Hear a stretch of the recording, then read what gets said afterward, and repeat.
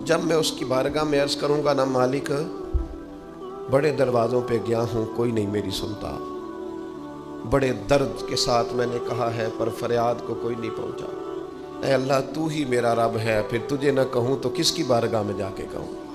میں بیمار ہوں اور شفاؤں کے لیے ترس گیا ہوں، میں مقروض ہوں اور جان چھڑانے کے لیے ترس گیا ہوں، میں کمزور ہوں اور سعادت پانے کو ترس گیا ہوں، میں بے کیف ہوں اور سجدوں کی لذت کے لیے بے چین ہو گیا ہوں، میں بے کیف ہوں اور چاہتا ہوں میرا قرآن پاک کی تلاوت سے دل لگے، پر مالک جب توفیق تو دینے والا ہے تو پھر تجھ سے نہ کہوں تو میں کس سے جا کے کہوں؟ اللہ کی بارگاہ کی طرف رجوع کریں، زیادہ توجہ رب کی جانب، اتنا نہ دوڑیں بندوں کے پیچھے، اتنا نہ منائیں بندوں کو، اللہ کی طرف توجہ، اپنے رب کی بارگاہ میں رونا۔ وہ بڑا رو لیا ہے فیکٹری کے مالک کے سامنے، بڑا رو لیا امیروں کے سامنے، مالداروں کے سامنے، تگڑے رشتہ داروں کو مائل کرنے کی بڑی جد و جہد کر لی، کچھ وقت اٹھ کے رب کے حضور نہ روئیں، کچھ دعائیں اس کے حضور نہ مانگیں۔ میں کہوں گا ماؤں سے پریشان ہے بیٹے، میں کہوں گا والد سے سفارشیں تم نے بڑی ڈھونڈ لی، جد و جہد بڑی کر لی، یاروں سے بڑا کہہ لیا کہ بیٹے کو باہر بھیجنا ہے، کوئی کاروبار ٹھیک کرنا ہے، اب کچھ دروازہ اللہ کی رحمت کا بھی تو کھٹکھٹاؤ نا۔ اور میرے نبی پاک علیہ السلام نے گارنٹی دی ہے، فرمایا ماں باپ اولاد کے لیے جو بھی مانگے اللہ اپنے فضل سے عطا فرماتا ہے۔ میرے عزیز اگر اس کی بارگاہ میں رونا آ جائے نا، اس کی بارگاہ میں اسے منانا آ جائے تو پھر تو کیفیات ہی کچھ اور ہو جاتی ہیں۔ کتنا کو روئیں بھلا؟ حضور فرماتے ہیں بہت لمبا تم نہ بھی نہ رونا، اگر مکھی کے یا مچھر کے پر کے برابر بھی تمہارے آنسو نکل گئے نا، میں اب اس سے زیادہ کیا آپ کی بارگاہ میں بات عرض کروں۔ حضور فرماتے ہیں ایک مکھی اور مچھر کے پر کے برابر بھی تیری آنکھ سے آنسو نکل آیا، شرط یہ ہے نکلے ریاکاری کے لیے نہیں، نکلے اللہ کی رضا کے لیے، اس کی خشیت میں نکلے۔ فرمایا اگر مکھی کے پر کے برابر بھی تو رو پڑا تو اللہ تعالیٰ تیرے لیے دوزخ سے آزادی لکھ دے گا۔ اور نبی پاک صلی اللہ تعالیٰ علیہ وسلم نے بیان فرمایا ہے، حضور فرماتے ہیں جو اللہ کے خوف سے رو پڑے نا، جس طرح بھینس بکری گائیں کے تھنوں سے نکلا ہوا دودھ دوبارہ تھنوں میں نہیں نہ جاتا، اسی طرح جو رب کی یاد میں رو پڑے وہ دوزخ میں نہیں جاتا۔ یہ مثال دیکھیں کیسی دی حضور نے سمجھانے کی۔ اگر کبھی رونا آئے اس کے لیے تنہائی کا انتخاب کریں، مجمع میں نہیں۔ ایک بندے کو حضرت عمر نے مجمع میں روتا دیکھا تو فرمایا یہ کام تو اکیلے میں کرتا، تیرے لیے برکت والا ہو، تیرے آنسو نکلے، تیرے رخساروں پہ بہیں۔ اور شیر خدا تو شیر ہے نا، حضرت مولا علی شیر خدا فرماتے ہیں اگر تیری آنکھوں سے کبھی آنسو نکلے نا اللہ کی یاد میں، حضور کی محبت میں، تو فرمایا ان آنسوؤں کو پوچھنا نا، ان کو چہرے سے صاف نہ کرنا، یہ تو آنسو اس قابل ہیں کہ تیرے رخساروں پہ رہیں، یہ تو روشنی ہے تیرے چہرے کی، ان کو پوچھنا نا۔ حضرت علی رضی اللہ تعالیٰ عنہ نصیحت کرتے ہیں انہیں رہنے دے، یہ آنسو بڑا قیمتی ہے، یہ نکلا تیری آنکھ سے ہے پر کسی کا ہو کے نکلا ہے، نکلا تیری آنکھ سے ہے پر کسی کے لیے نکلا، نکلا تیری آنکھ سے ہے پر اس نے تجھے بتایا ہے کہ تیرے وجود میں، تیری دھڑکنوں میں، تیرے جذبات میں کسی اور کا بھی حصہ ہے۔ یہ رب رسول کی رضا کے لیے چھلکا ہے۔ وہ حضرت شیخ سعدی رحمۃ اللہ تعالیٰ علیہ آپ مہمان نواز بڑے تھے حضرت سعدی۔ کچھ لوگ نا بڑے مہمان، سارا دن یہی سوچتے رہتے ہیں کسی کو کھلانا کیسے، ہاں جی دنیا آوے کھا کھا جاوے تے راضی ہووے بلا۔ تو حضرت سعدی مہمان نواز بڑے تھے تو قرضہ چڑھ گیا، قرضہ صرف مہمانوں کو کھانا کھلانے کا ہی تھا۔ تو ایک دن سارے ہی قرض کھا کے بیٹھ کے کہنے لگا بابا پیسے دیں گے تو جائیں گے، پیسے رکھ، سب جھگڑا کر رہے ہیں۔ تو حضرت سعدی کہتے ہیں وہ مطالبہ کر رہے ہیں پیسے دو اور مجھے ٹینشن ہے، ان کو کھلایا پلایا کچھ نہیں۔ تھوڑی دیر گزری تو ایک بچہ آ گیا کچھ بیچتا بیچتا، اس نے آ کے کہا نوجوان نے کہ جناب میں مجمع دیکھتے ہیں تو بعض لوگ بیچنے والے آ جاتے ہیں، اس نے وہ چیز بیچنے کے لیے سامنے کی تو کہنے لگا لینی ہے، تو حضرت فرمانے لگے میرے مہمانوں کو دے دو کھا لیں۔ انہوں نے دے دی، اب وہ کہنے لگا پیسے، تو حضرت بڑے پریشان ہوئے، کہنے لگے بیٹا آپ بھی بیٹھ جائیں، یہ بھی سارے پیسے لینے ہی آئے ہیں، ان کو ملیں گے آپ کو بھی مل جائیں گے۔ تو وہ نوجوان رو پڑا، کہنے لگا حضرت صاحب میں تو یتیم ہوں، بہنیں اور ماں انتظار کر رہے ہیں۔ حضرت بڑے پریشان ہوئے، یہ کیا ہو گیا؟ فٹافٹ سوچنے لگے کہیں سے بندوبست ہو اور اس کو میں فارغ کروں۔ وہیں بیٹھے تھے کہ ایک عقیدت مند نذرانہ لے کے آئے، ڈھیر سارا نذرانہ پیش کیا، حضور میرا دل کرتا ہے، اور حضور کا فرمان ہے جو بن مانگے ملے وہ اللہ کی طرف سے، اسے قبول کرو جو بغیر چاہت کیا۔ تو اس نے نظر پیش کی تو وہ ڈھیر سارا نذرانہ تھا، حضرت نے جن کے پیسے دینے تھے سب کو دیے، اس کو بھی دیے، سب قرضے ادا کر کے بھی تھوڑے سے بچ گئے۔ تو ایک بندہ صاحب دل تھا، کہنے لگا حضرت ہم بڑے دنوں سے آ رہے تھے، پیسے نہیں مل رہے تھے، آج کیسے مل گئے؟ فرمانے لگے تم میں کوئی رونے والا کوئی نہیں تھا، ایک بھی رونے والا ہو تو باقیوں کا کام بھی۔ سنو نا، حدیث ہے بہقی شریف میں، حضرت حیثم بن مالک رضی اللہ تعالیٰ عنہ فرماتے ہیں نبی پاک علیہ السلام خطبہ دے رہے تھے، تقریر فرما رہے تھے، حضور کی باتیں دلوں کے میل کچیل اتارتی چلی جا رہی تھی۔ فرماتے ایک شخص نبی پاک علیہ السلام کے سامنے بیٹھ کر حضور کی گفتگو سن رہے تھے، وہ رو پڑے، ساری گفتگو چھوڑ کے نبی پاک صلی اللہ تعالیٰ علیہ وسلم کی توجہ اس شخص کی طرف ہو گئی۔ ہوا کیا ہے؟ وہ تقریر سنتے، بات سنتے بس رو پڑے۔ تو نبی پاک علیہ الصلوۃ والسلام فرمانے لگے آج اگر وہ سارے مومن بھی یہاں موجود ہوتے جن کے گناہ پہاڑوں کے برابر وزنی ہوتے تو اس ایک بندے کے رونے کی وجہ سے اللہ سب کی بخشش فرما دیتا۔ اور نبی پاک علیہ الصلوۃ والسلام فرمانے لگے یہ رویا ہے تو اس کے رونے پر فرشتے بھی روئے ہیں، اور فرشتے دعا کر رہے ہیں کہ اے اللہ یہ جو نہیں روتے نا ان کے حق میں ان کی سفارش قبول کر لے جو تیری بارگاہ میں روتے ہیں، جو تیرے حضور عرض گزار ہوتے ہیں ان کی سفارش قبول کر لے، ان کے حق میں قبول کر لے۔ میں کیسے وہ بات آپ کے دلوں تک اتاروں کہ حضور نے فرمایا جب میرے مسلمان کو تکلیف ہوتی ہے تو مجھے تکلیف ہوتی ہے، مجھے درد ہوتا ہے۔ اس رسول کی امت جو کافروں کی رسیاں زور سے باندھی جائیں تو حضور فرمائیں ڈھیلی کر دو، یہ ہائے ہائے کرتے ہیں تو مجھے نیند نہیں آتی۔ اگر بدر میں قیدی بنا کے لایا گیا کافر ہائے ہائے کرے تو حضور کو نیند نہیں آتی، تو مجھے بتاؤ کہ فلسطین کی بیٹیاں ہائے ہائے کرتی ہیں تو گنبد خضرا میں محبوب کو آرام ہے؟ میرے عزیز بے حسی کی زندگی، چھوٹے موٹے بیانات، تو بھی کہہ دے تو بھی کہہ دے، تھوڑا سا فلانے کا بیان نہیں آیا، کیا کرنا ہے بیان دے کے، کیا بات کرنی ہے تذکرہ کر کے؟